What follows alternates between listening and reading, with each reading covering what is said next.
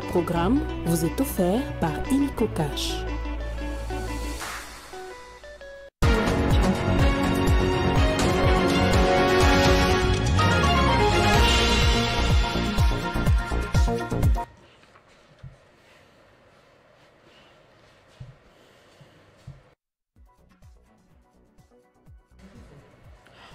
Au sommaire de ce journal, conflit armé dans la partie est de la RDC, le chef de l'État Félix Tshisekedi réaffirme la position de la RDC, rejetant toute négociation directe avec le M23. Les détails dans ce journal. Au Parlement, l'Assemblée plénière du Congrès a désigné vendredi le professeur Aristide Kaindo comme juge de la Cour constitutionnelle. Il remplace le juge Wassendo. Championnat d'Afrique des Nations 2024. Les Léopards affrontent ce soir les Sayo du Tchad en match aller des éliminatoires. Vous suivrez les détails de la conférence de presse d'avant-match dans ce journal. L'info, c'est l'heure sur Télé 50. Bienvenue à tous à la une de l'actualité et après l'échec du dernier sommet tripartite de Luanda. Félix Tshisekedi réaffirme la position de la RDC, rejetant toute négociation directe avec le M23. Le chef de l'État s'est ainsi exprimé lors du Conseil des ministres tenu vendredi à la Cité de l'Union africaine, faisant le compte rendu de cette réunion du gouvernement. Son porte-parole, Patrick Mouyaya, a fait savoir que pour Félix Tshisekedi, le fait que le Rwanda ait introduit le dialogue direct entre la RDC et le M23 comme nouveau préalable à la signature de l'accord de paix constitue une entrave majeure et délibérée aux efforts collectifs pour ramener la paix. Le président de la République est revenu sur le sommet tripartite de chefs d'État convoqué le 15 décembre 2024 dans le cadre du processus de paix de Luanda, qui n'a malheureusement pas pu se tenir comme prévu. Il a rappelé que l'objectif de ces sommets était d'adopter un projet d'accord préparé et négocié de bonne foi par les ministres des Affaires étrangères de nos trois pays en vue de restaurer la stabilité et la sécurité dans la région de Grand Lac.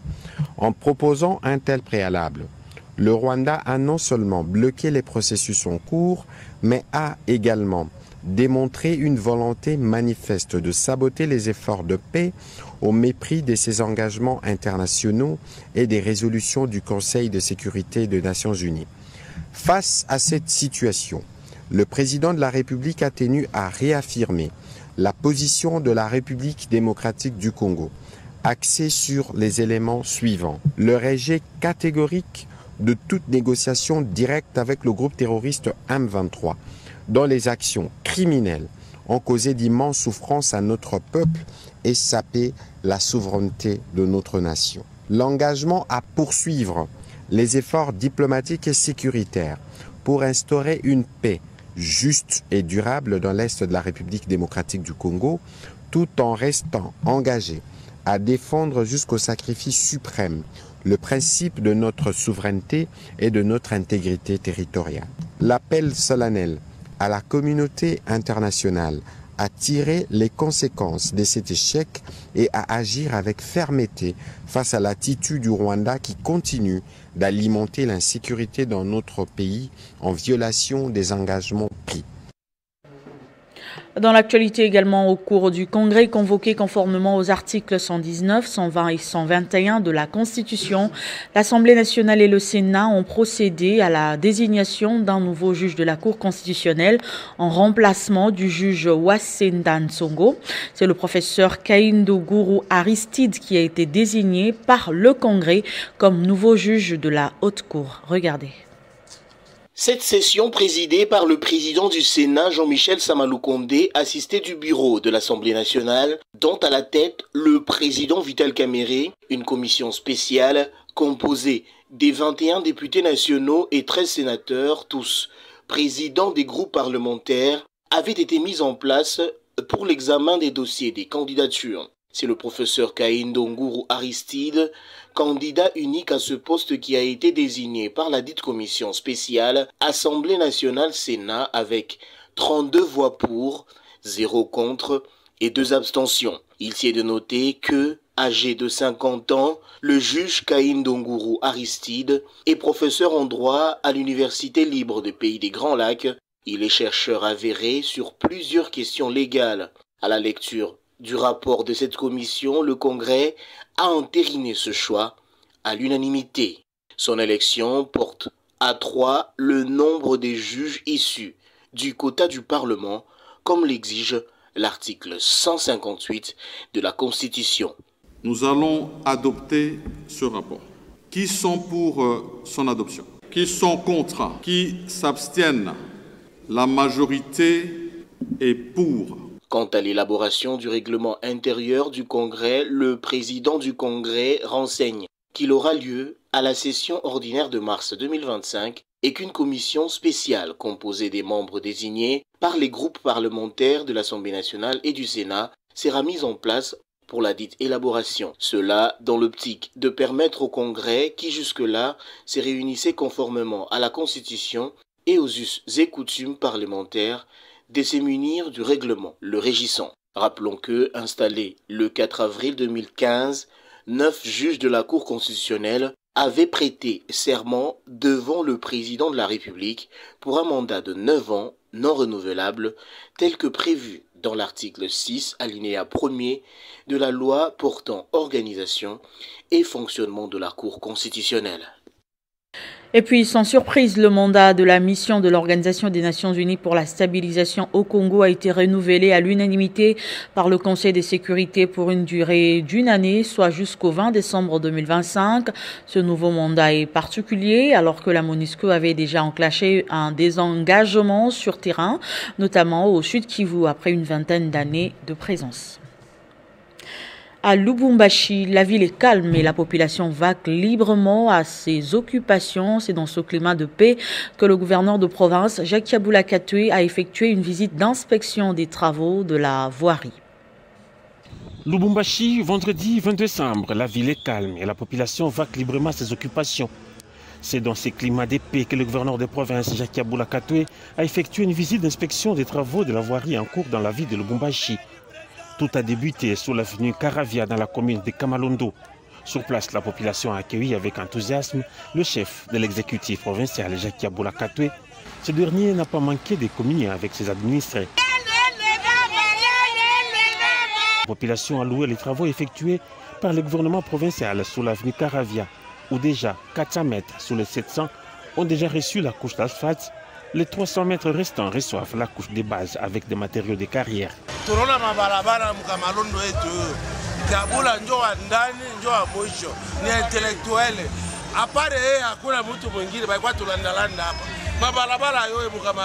Par la suite, le gouverneur de province, Jacques Yabula Katwe, a pris la direction de la commune de Katouba. Ici, le gouverneur qui avait dans sa suite le ministre provincial des infrastructures s'est rendu compte de l'état de la rue numéro 2 dans le fond de la Katouba. Elle sera désormais ajoutée sur la liste des routes à réhabiliter. L'autorité provinciale a aussi inspecté les travaux en cours sur l'avenue Upemba. Ici, une route de 2 bandes à 2 voies chacune est en gestation. Jacques Yabula s'est dit déterminé à satisfaire la population. Notre seul souci, c'est de servir la population, comme le veut le chef de l'État, Félix-Antoine Tshisekedi Tshilombo. Et nous travaillons dans sa vision et nous agissons pour que les Congolais trouvent leur compte à travers le paiement d'impôts et taxes qui sont en train de consentir. Et le Haut-Katanga est en marche. Le Haut-Katanga va... Malgré la saison pluvieuse, les routes et autres infrastructures de la ville de Lubumbashi et de la province se modernisent selon le plan de développement de l'exécutif provincial sous l'impulsion du chef de l'État, Félix-Antoine Tshisekedi Tshilombo. Restons dans cette partie du pays. Le gouverneur du Haut-Katanga a également effectué le déplacement de la cité de Kambove à plus de 150 km de Lubumbashi. Jacques Yabula Katwe est allé constater l'asphaltage des artères de la cité minière dans le cadre du programme de 150 km de routes à construire dans toute la province du Haut-Katanga. Le programme de 150 km de routes initié par le gouverneur Jacques Yabula Katwe se poursuit à travers tous les 6 territoires de la province du Haut-Katanga. À Kambove, par exemple, les avenues Okito et circulaires, sur une distance de plus de 5 km, sont remises à neuf. Entre-temps, les travaux de construction des évacuations des eaux se poursuivent de part et d'autre. 2 ponts seront également jetés sur l'avenue circulaire. C'est pour une évaluation de ces réalisations que le gouverneur de province, Jacques Aboula-Katoué, accompagné de son ministre des Mines, de l'administrateur du territoire de Kambove et de ses services techniques, était dans cette cité à la grande satisfaction de la population.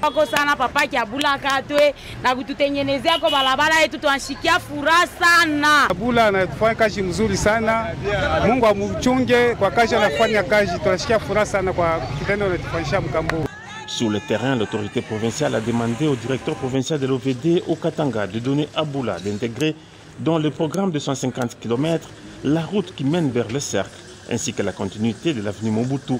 Il faut dire que bien avant, le gouverneur était sous la RN 38 où la route a été rehaussée pour stopper le marécage qui est à la base d'inondations. Le gouverneur a aussitôt ordonné la construction d'un dallo à cet endroit pour une solution durable.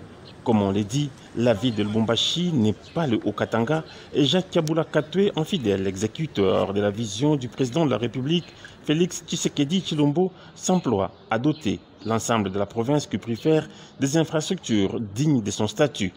Des provinces pilotes du Congo démocratique et la cité des Kambove en est une illustration. D'une province à une autre pour en finir avec le problème des conflits coutumiers dans son entité, selon les recommandations du chef de l'État, le gouverneur du Haut-Lomami, Banzamouloumé, a organisé un séminaire à l'intention du comité provincial de la commission consultative des règlements des conflits coutumiers dans son entité. En vue de matérialiser les recommandations du chef de l'État lors de la conférence de gouverneurs tenue à Kalemi sur la lutte contre les conflits coutumiers sur l'ensemble du pays, le gouverneur Banzamouloumé Marmo, à peine rentré de cette conférence, a, à travers le ministère provincial de l'Intérieur, organisé un séminaire d'opérationnalisation avec les membres du comité provincial de la commission consultative des règlements des conflits coutumiers, des notables et d'autres invités. Dans ce mot, le ministre provincial de l'Intérieur a salué la grande vision du gouverneur, celle d'imprimer la politique du chef de l'État dans son entité. Ce séminaire d'un jour a permis aux participants d'être outillés sur différentes matières, entre autres, sur l'impact négatif des conflits coutumiers dans une province. Prenant la parole, le président du comité provincial du CRCC, le grand chef Kasonga Nyembo Yves Kissoula, a remercié le gouverneur pour avoir le souci de voir sa province vivre sans conflit coutumier. Pour sceller à jamais cette cérémonie, les séminaristes ont reçu chacun de la part du gouverneur et du rapporteur de l'Assemblée provinciale des brevets de participation. Satisfait de la tenue de cette rencontre, le gouverneur a invité le comité du CCRCC à jouer pleinement son rôle pour en finir sensiblement avec certaines poches de conflits coutumiers dans sa province. Conflits qui ont un impact négatif sur le développement de son entité. C'est ici le moment de vous rappeler que le président de la République attache une importance sans mesure à votre tâche. Je ne le dirai jamais assez.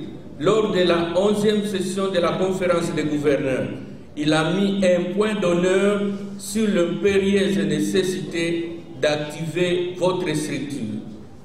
Il a ajouté que les conflits coutumiers récurrents dans toutes les provinces constituent un grand frein au développement et que seuls les coutumiers détiennent les clés de la solution. C'est dans un climat bon enfant que ces séminaristes se sont séparés. En dehors de nos frontières, en Allemagne, un accident de circulation routière s'est produit vendredi dans la soirée en plein marché de Noël dans le nord-est du pays. Le bilan provisoire des autorités fait état de 2 morts et plus de 60 blessés.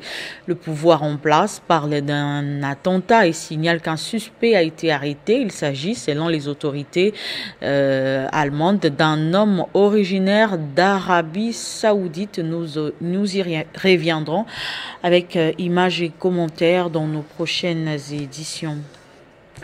On passe au sport. Championnat d'Afrique des Nations 2024. Les Léopards affrontent ce soir les Sao du Tchad en match aller des éliminatoires. Vendredi, en conférence de presse, les sélectionneurs des deux équipes se sont montrés confiants et ont promis de faire un résultat positif. On écoute tour à tour Otis Ngoma et Jem Tadji au micro de Christian Bokaya. On a été bien accueillis à Abidjan. Les entraînements ont bien démarré il y a 2 jours. le moral du groupe est au zénith. Donc c'est le plus important. Donc on est bien ici. Les objectifs, on a beaucoup d'ambition au niveau international. Vous voyez même que notre président de la République fait tout pour mettre les sports comme, je dirais, à la base de toute activité, que ce soit dans les entreprises, dans les écoles, au niveau de la société, comme un facteur de réussite. Donc nous, c'est vrai, sûr et certain que les ambitions divergent dans ce sens-là. Donc on fait la qualification, on a eu déjà la qualification de la CAN avec Sébastien Desabre. Là maintenant, la première équipe aussi est en course au niveau de la Coupe du Monde. Et nous, c'est notre premier match. Donc on va essayer de se qualifier par rapport à ce dernier tour de qualif du CHAN. Une idée de l'équipe comme telle, on ne l'a pas, mais c'est une équipe également qui est composée des locaux de la RDC, où on a l'habitude de voir leurs matchs. Les grandes équipes, les joueurs qui composent cette équipe jouent quand même dans un championnat RDC.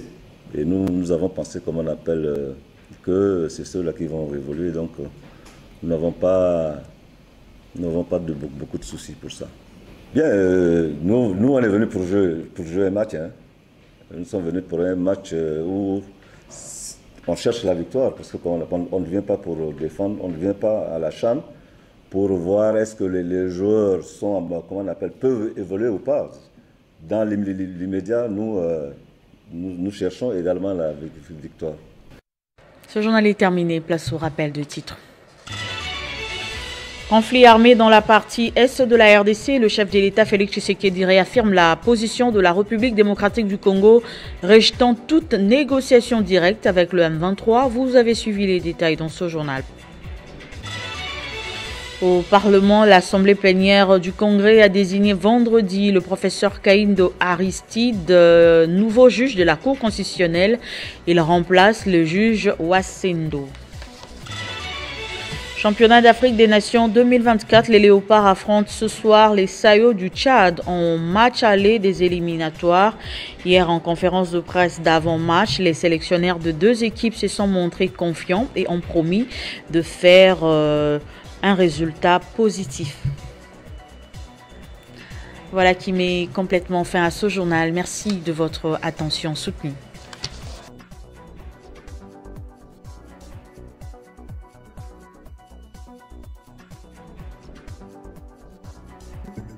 Retrouvez toute l'actualité en continu sur www.tele50.cd. Ce programme vous a été offert par Illico Cash.